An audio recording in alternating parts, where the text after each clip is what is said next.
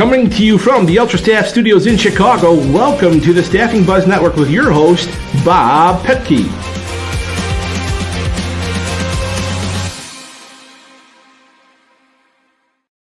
Hello, everybody, and welcome back to another edition of the Staffing Buzz Network.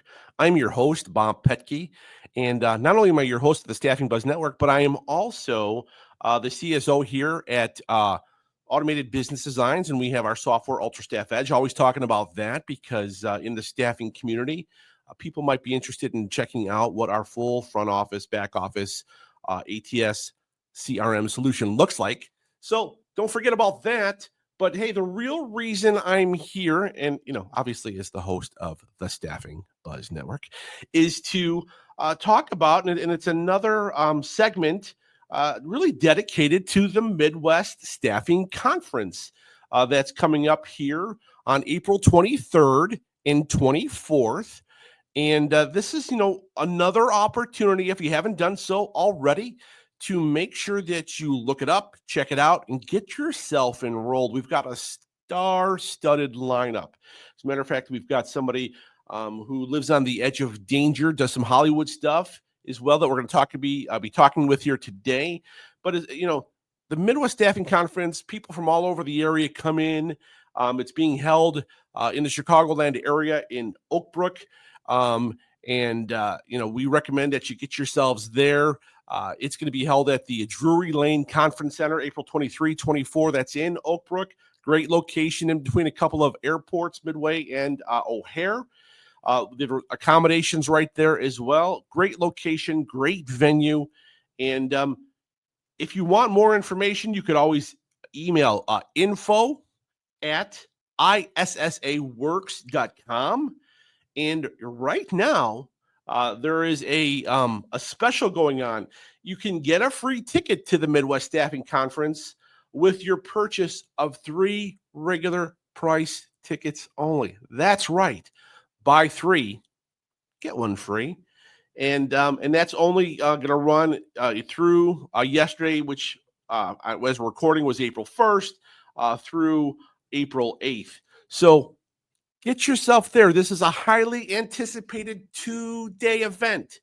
It is designed for staffing professionals just like you from all over the area, all over the Midwest. We're coming together. We've got a lot of people that are going to come in and share their expertise. We're going to collaborate. We're going to learn. And what's best about it is we've got industry leaders that are going to do this. So get yourself enrolled and get yourself there. Stop by and see us at our booth, our Automated Business Designs UltraStaff Edge. We can talk about that ATS that we mentioned as we got started. But hey, without any further ado, I want to bring on our guest, Jon Devore. How are you, Jon? I'm doing great. How you doing? Good, Jon. I know you are out and about on the road getting ready to do some work. This is a spot where I usually kind of go into this very meticulous, detailed bio of who you are. But we've got a clip. It's a little bit of a longer clip, a little over 2 minutes. But, people that are watching, hold on tight and listen and learn as we learn about our guest today and somebody who is going to be giving a talk at the Midwest Staffing Conference, April 23, 24. Jennifer, if you're ready, roll the film. My name is Jon Devore. I'm 35 years old, live in Orange County, California, and I jump out of planes for a living. We're up here in Monterrey, Mexico. We'll be the first people to do a lot of the lines in Monterrey. Wingsuit flying it's very much like a glider in a sense. Our wings are built almost like little parachutes. There's ram air cells that kind of pressurize. And we can manipulate and turn on a dime, fly up to each other, grab hands, fly over each other, fly right next to walls, close proximity. It's super accurate. And, it's in a sense we're human pilots.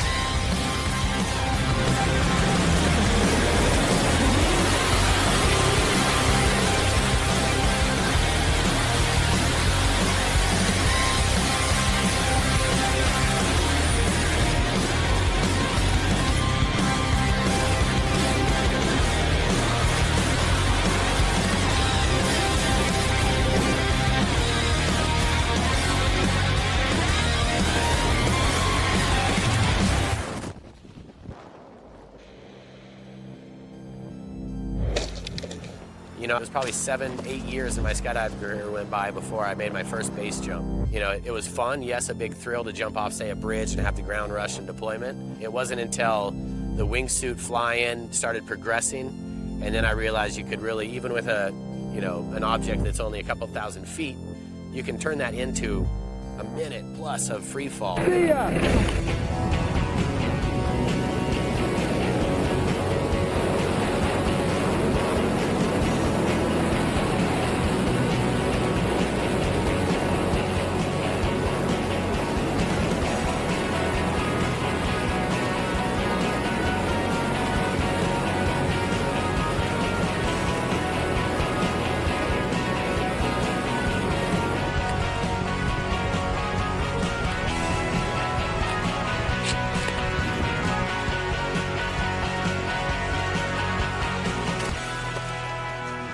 That is good. I love it. There's John. Yeah, Johnny. John, you crazy. Just another day in the office. You are crazy, man. But I'll tell you what, that looks like amazing, bro. That is amazing. And you know, how does somebody take a class for that? You know, can they just kind of come and take a class for that? Or what's it take to get to be somebody who can do those types of things? Yeah, I mean, it's really basic. It all starts with going to your local skydive center and making your first skydive. And for most people, that's a tandem skydive. And I'd say, you know, just kind of loosely making up numbers, but 1 in 1,000 people that do a tandem, they get addicted to it right away and they want more, and they sign up for a class. And within like a 4-day long weekend, you could turn into a certified skydiver. You know, obviously a low jump number beginner skydiver, but you could be well on your way within a 4 or 5 day weekend of just jumping a bunch at a drop zone. And then the smart people in the sport, you know, that want to do what you just saw in that video, they take a lot of time and they stay in a drop zone, a skydive environment where they can train safely in the big blue sky. And eventually they can start taking that into the mountains once their skill level rises up. Looks like we got a little freeze frame on there, John. It's all good. Hey, so you mean I can't just skip the whole tandem jump and put on a suit and go? Well, you can. It's the funny part about that is the world of base jumping has no real regulations. So if you know, I guess it's the rule of Darwinism. If you wanted to go for it, you could probably find gear online and buy it and go do it, and you would be able to do it once. I could promise you could get one in. I take it you wouldn't recommend that for the average person who's looking for a little adrenaline junk, huh? No, I wouldn't really recommend that route to anybody. The slow, safe route, being really current with a lot of jump numbers, is the smart way to go about it. Got it. So, ladies and gentlemen watching on the Staffing Buzz Network, this is Jon Devore. He's a world-renowned skydiver. That was a wingsuit, if I'm not mistaken, John, that you were wearing. Yep. And, you know, you're a stuntman. You've done things in Hollywood. You know, you've done stunts. You know, we talked about it earlier before we got on. Point Break, Mission Impossible, Iron Man 3. Was it Fast and Furious 7? Yep. Drove some cars out of an airplane in that one. You're driving cars out of airplanes, dude. That is wow. Awesome. Awesome, dude. And then, you know, you're the longtime captain of the Red Bull Airforce, which has led to some groundbreaking projects. You know, and through this, you know, because you got to build a team to do these kind of things. You know, you've got to have a passion and discipline, and you've got to be creative to get yourself started with all these things. And you're constantly taking on new challenges. So as we're going through this, and I'm learning more about you, either by doing my research ahead of time or even now through our conversations, one of the things I've recognized is there's really 2 things that people are most afraid of. You know this. Number 1 is heights. Number 2, public speaking. Yeah. Bro, dude, you're doing both. Bring it on. Yeah. Bring it on. I think when it comes to that, it was I started getting into public speaking because I was invited years ago to do one, and you know, I was super green at it, didn't know what I was getting into, and without going too into that story, I got onto the stage and I was having the same sensations that I was having when I stood on the cliff edge of a brand new base jump. And Okay. it was kind of very strange and surreal to me that here I am on the ground, just talking to people, but I'm having the same waves of emotion and sensations that I had in the Swiss Alps jumping a big cliff. And so I realized that it was, something for me to check that box in my life, the adrenaline part. And then through all my years, I've had a lot of experiences from building teams and projects and doing things that we were told could never be done. And so I started, after that talk, I really realized that I had something to say that people wanted to hear. And it was kind of from left field, different than most people. So I started pursuing that as well. I don't want to get personal, but I'm going to try. And you can tap out of this question. Bring it on. What are you afraid of, man? Snakes. No kidding. Okay. There it is. Snakes. And if, I grew up scuba diving and being in the water, but if I was swimming on my own in open ocean and I knew that there were sharks around, that might get me a little bit, but. Okay. Yeah. Well, yeah. Sharks is, and that's another one. People sometimes think that their demise is going to come from sharks. And, yeah. I get it. So it's all right. So you are human. You're just a man, right? There you go. I don't know if you ever watched Rocky IV. Yeah. But, in that movie, I think there's some point where Rocky hits him, cuts him open. He says, he's just a man. Yeah. He bleeds like everyone else. Yeah. Jon Devore is just a man. That's it. John. So, you do this, you talk to a lot of people. What's the most common question you get asked from people? Probably the most common one is, what does it feel like? And it's the most common question, but the hardest one to answer because Sure. Those that have ever made a jump can relate with what I'm saying here. And it's impossible to explain the feeling you get from stepping out of an aircraft and surrendering yourself into that moment where there's no turning back. And then, that's kind of the initial feeling you feel from your first jumps. And then once you start jumping and those nerves calm down, the senses that you have of the pure freedom of flight and being able to fly around and just have the 100+ mile an hour wind on you, acting like your engine, just the pure freedom and exhilaration it gives you. It's really hard to explain until you taste it for yourself. I'm going to stay on this fear factor here for a little bit with some of the next things we'll talk about. Okay. Do you still encounter fear when you're doing these things? I do. Okay. I'll answer that two different ways. One is at a skydive center in a very controlled drop zone environment where you're jumping out of a plane, doing your normal jumping. There, not so much. There, it's very much like a day in the office. You're just going. There's nothing out of the ordinary. I have close to 22,000 skydives, so it's not like it's overwhelming for me in that environment. But I do get myself into positions a lot, whether it be even at where I'm at today at an air show. There won't necessarily be fear, but you start getting the adrenaline back, the kind of the rush, because it's different. You're in a different place, different environment, and you're having to process a whole bag of new things coming at you. So that all the way up to put yourself up on the Eiger Mountain in the Swiss Alps, and it's freezing, the wind's blowing, and then the fear is always there for me, no matter how many times I've done that. Do you ever find fear friendly? I do find it friendly. It's I never really had it put to me that way before, but yeah, it's friendly. It's kind of a comforting thing because it's something that I try to use as my guide a lot. There's been numerous jumps in my life where it might be a 4-hour grueling hike up some mountainside to get to some exit point on a base jump. And for one reason or another, whether it be weather conditions, XYZ, the list goes on, but fear starts coming in so strong that you let it be your guide. And there's times that you actually turn, even though jumping off and you'll be on the ground in 30 seconds, there's times that fear dictates what you're going to do. And you turn around and do that 4-hour hike back down and not do the jump that you spent your entire maybe trip to go do. So sure. Okay. Yeah. All right. I'm still in the fear factor. I'm not bringing out any scorpions that crawl up your arms or snakes, because I know maybe one of those might get you.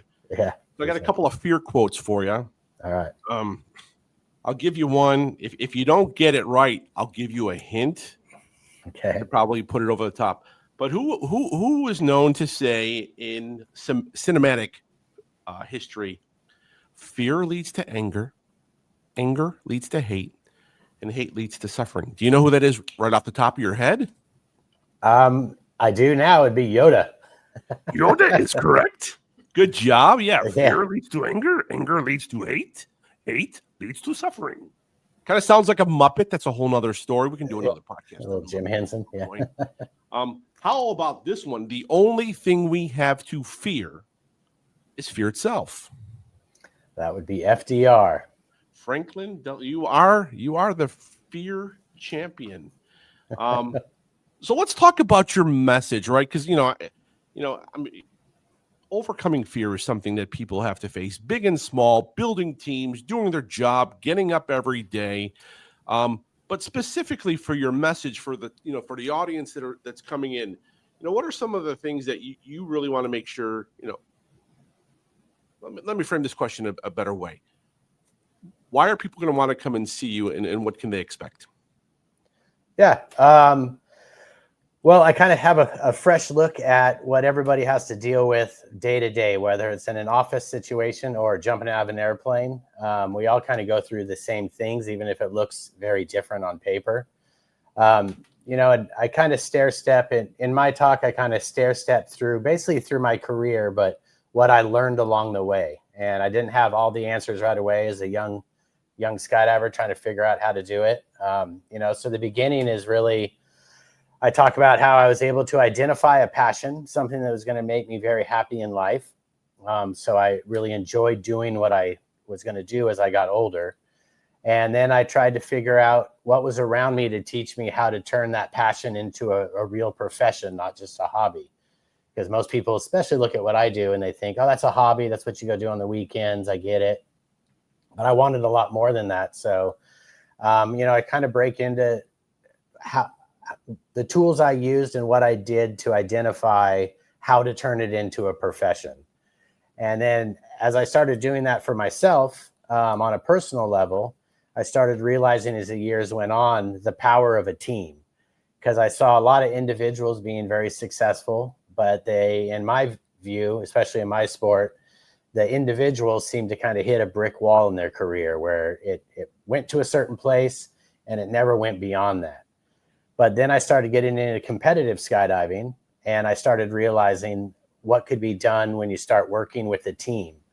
And initially, my first goal was to go win the national and world meets and things that are out there in the sports world.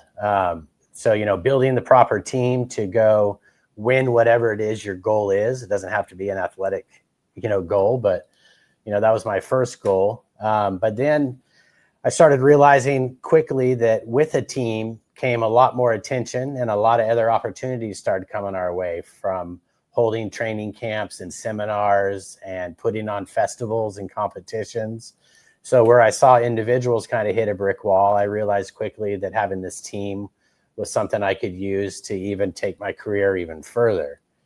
And then I, without just going through absolutely everything, it kept stair stepping like that, where I started really realizing that building the right team was how to turn this into a lifelong career. So whether it was in the skydiving world, and then I started turning it into trying to find sponsors like Red Bull, and building a team like that, or then building teams within Hollywood and production. I just started taking pieces of what I learned along the way and put those into play. Secure a big sponsor. I mean, we're business people, and staffing these folks have to go out and secure new business on a regular basis. You might not expect this question, and it just kind of popped in as we're talking. How the heck do you get Red Bull? And were you going after other ones? Did they approach you and this was real easy? Or how did it happen? It wasn't real easy, and I was not approached initially, but it was organic, because my little joke I do like to say with Red Bull specifically is their slogan is Red Bull gives you wings. And I always joke that if they gave you anything else but wings, we might not have a job, because because Sure. we fit their brand really well. But with the world of Red Bull and me, it was, like a lot in life, right place, right time, but also identifying that you are in the right place at the right time and then acting on that. And so it was, I met Red Bull when they moved to America as just kind of in test markets. They moved to the Vail and Aspen area and Lake Tahoe area, the mountain ski sports world, to test their product to see if it even work in America, because it was already going in Europe quite well, but America hadn't seen it yet. And then my right place and time was I'd just become, don't quote me exactly on the order, but a recent national champion, and I was kind of top of the sport. So I was in the right position to be starting to look for sponsors.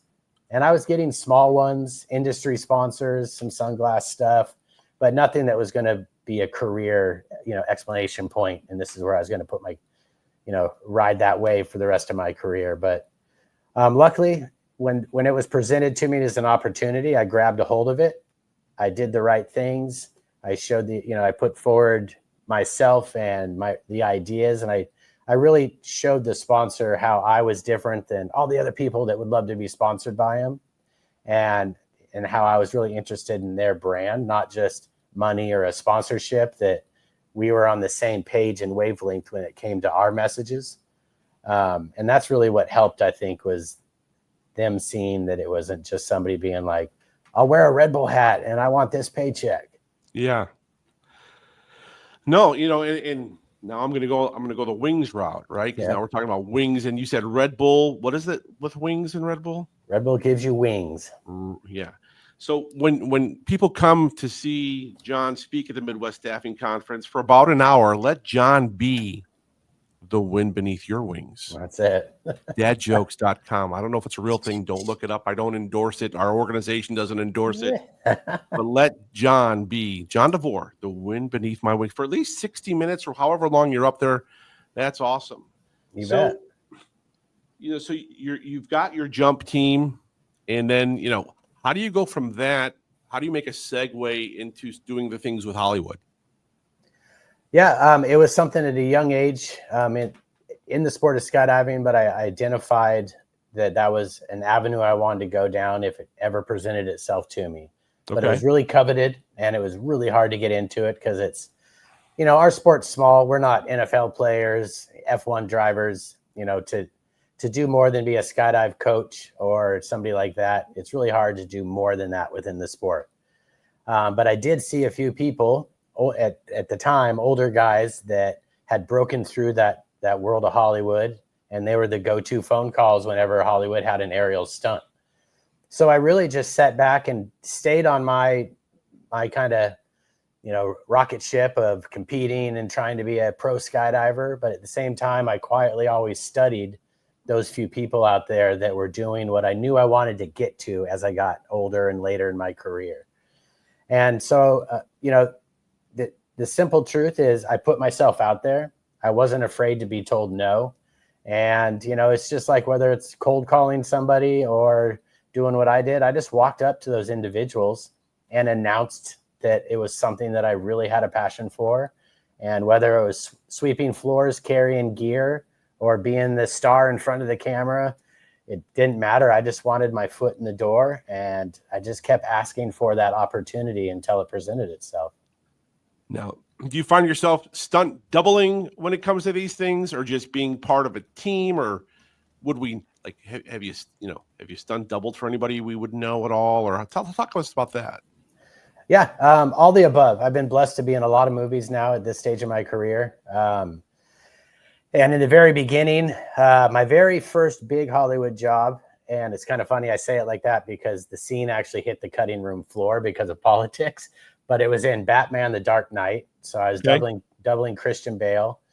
And the quick I see. Wait, stop. Yeah. I see it. Go on. Yeah. The funny part to that story, though, is that I walk on, first job I've ever been on, and the second unit director is walking towards me, and I see him visually. I could just see he's getting pissed. He's getting red. He's yelling at the guy next to him, and he walks up to me, and he's like, "You're not 6'1". What the beep are you doing here?" I'm like 5'8", nowhere near 6'1", Christian Bale. But the guy that sold me to them convinced them like, hey, in the sky alone, you're never going to see the height of somebody. Right. So let's go do a day. And if you think he looks like a short guy, we'll send him home.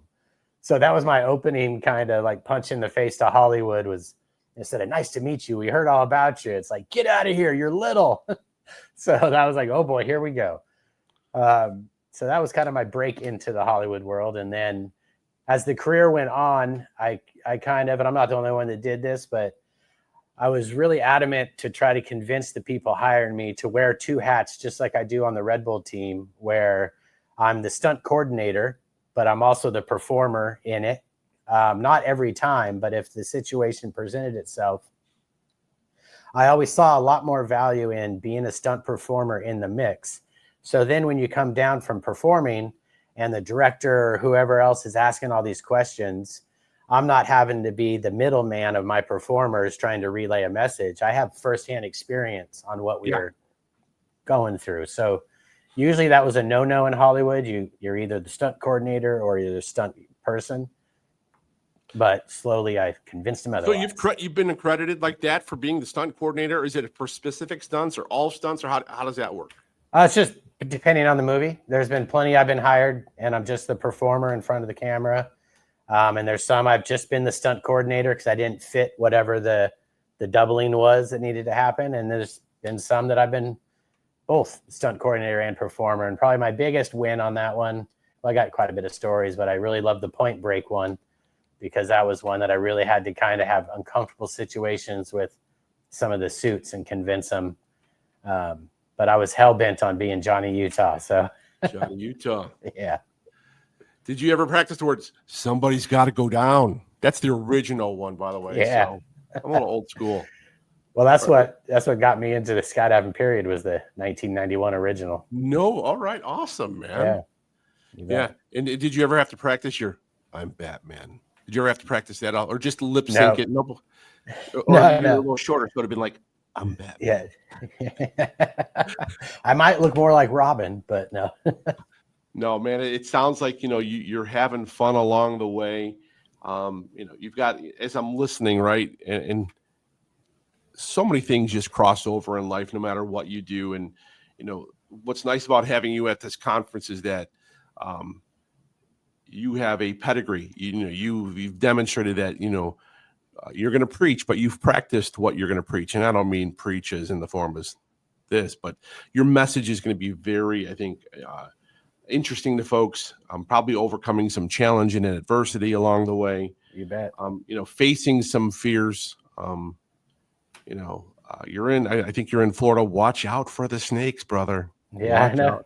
Yeah, and you might even see a gator or two along the way. Just if they chase you, you got to go in a zigzag. We'll talk offline. I can help you out with all that stuff. I did live a year down at Lake Okeechobee, so I'm all familiar with the gators and snakes. Okeechobee, good place to go bass fishing too. But yeah, no kidding. That's you can go down there, Alligator Alley, right there, the whole deal.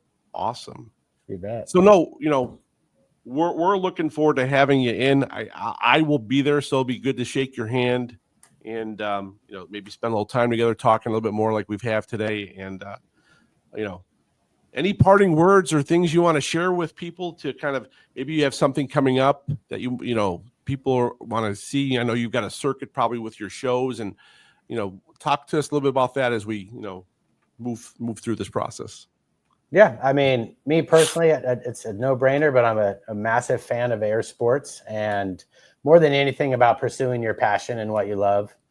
And that's what I was able to do my whole life, and I feel super blessed. So, I tell everybody out there, go do a skydive, whether you think you want to or not. Most people will check it off their box, but I've watched it change so many people's lives, even if they just go do that one tandem jump, because everybody has their own baggage and their own mental games they play with themselves. And whether you're stressed at work, family, or you're super happy and thriving, it really does change the course of your life, because it's so out of the ordinary and so surreal that it's just something everybody should experience.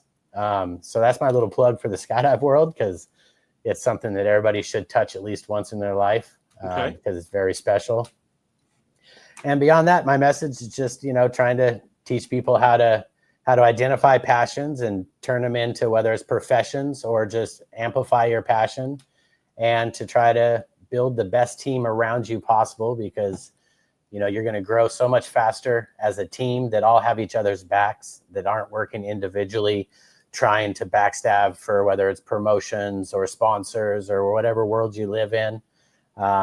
Most of my success is because the team that I've brought on, we're all brothers and sisters, where we love to see each other win. And if you can build a team like that, everyone's going to win. So that's my main mission. No, I think that's a great message for people that maybe are trying to think, do I want to go to this conference? Jon, it's a pleasure to have you on here today. One more of many reasons for people to attend the conference, April 23 and 24, over in Oak Brook, Illinois, at the Drury Lane. And looking forward to seeing you in just a couple of weeks. Yeah, looking forward to meeting you and everybody else. And it was a great time here on the Staffing Buzz with you. Thanks, Jon. Appreciate it. You betcha. So, okay, Jon Devore, that was fun, a little different for the Staffing Buzz Network. We were able to tie some things back into staffing, as I always try to do. But exciting guy. He's got a good story to tell. Fear. We talked about fear, and I think it's something that everybody faces. And, to do what we do every day, we've got to take chances to be successful. So excited to see Jon at the conference. Remember, April 23rd and 24th. If you're able, they've got that special going on through now through April 8th. Buy 3, get 1 free. So if you haven't already, make sure Google Midwest Staffing Conference 2025. You could email at info@isssaworks.com. Get yourself there. Come by and see us, and it'll be great. So with that said, remember, Bob Petke, not only just your everyday Staffing Buzz Network host, but also part of the staffing community. Worked in staffing for years, now on this side of the business with our ATS and our CRM Ultra Staff Edge. Reach out to me. Would love to be able to talk to you about that. Either give me a call. You can find our information at abd.net, or for those people that are at the Midwest Staffing Conference, come by and say, you told me to come see you on the Buzz Network. Here I am. So with that said, get yourself signed up for that. And until next time, Bob Petke from the Staffing Buzz Network, take care, and hope to see you soon. Thanks.